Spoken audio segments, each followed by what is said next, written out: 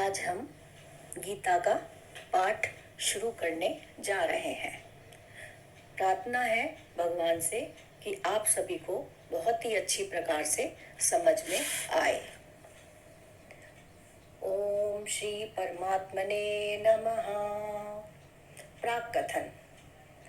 यस्यांगेऽखिल षष्टि शोष्ठवमिदं प्रोतं सदा वर्तते यल्लीला श्रवणेन दुर्जयमना शीघ्रं हरोरुध्यते नाम्नेकेन हि यस्य पापनिरतो जीवो भयान्मुच्यते वत्सीकृत्य तु फागुनं करुणया गीता दुहे नो नमः।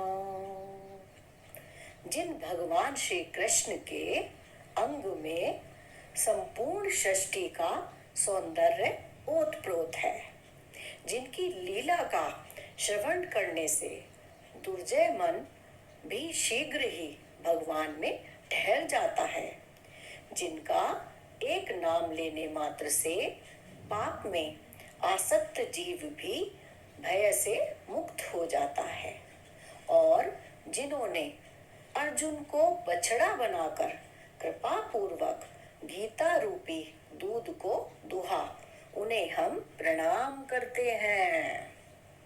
श्रीमद् भागवत गीता विश्व का अद्वितीय ग्रंथ है।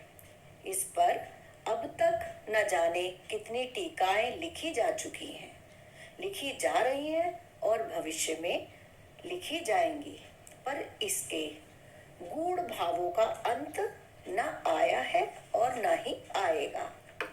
कारण है कि यह अनंत भगवान के मुख से निकली हुई दिव्य वाणी है, परम वचन है। इस दिव्य वाणी पर जो कुछ भी कहता या लिखता है वह वास्तव में अपनी बुद्धि का ही परिचय देता है। गीता के भावों को कोई मनुष्य इंद्रिया, मन, बुद्धि से नहीं पकड़ सकता। हाँ, पकड़ सकता है। कैसे? इंद्रिया, मन, बुद्धि सहित अपने आप को भगवान के समर्पित करके अपना कल्याण कर सकता है। जो अपने आप को भगवान के समर्पित कर देता है, अर्थात उनके शरणागत हो जाता है, उस पर गीता ज्ञान का प्रभाव स्वतः आ जाता है। तात्पर्य है कि गीता को समझने के लिए शरणागत होना आवश्यक है।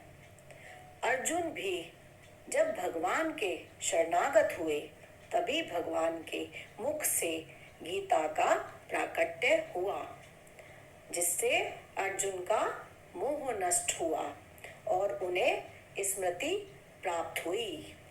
नष्टो मोह स्मृतिर लब्धा, ये गीता के 18वें अध्याय का 73वां श्लोक है। गीता ज्ञान को जानने का परिणाम है वासुदेव सर्वम का अनुभव हो जाना, यानी सभी में भगवान को देखना।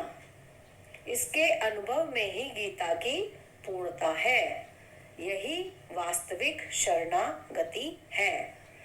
तात्पर्य है कि जब भक्त शरीर से, इंद्रियों से, मन से, बुद्धि सहित अपने आप को भगवान के समर्पित कर देता है, तब शरणागत यानी मैंपन नहीं रहता।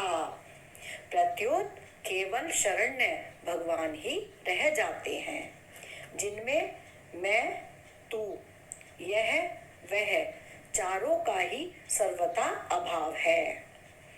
यानी मैं, तू खत्म हो जाएगा, यह वह खत्म हो जाएगा, जैसे जैसे हम गीता का पाठ करेंगे और वाणी सुनेंगे। इसलिए जब कोई महात्मा गीता को जान लेता है, तब वह मौन हो जाता है। उसके पास कुछ कहने या लिखने के लिए शब्द नहीं रहते।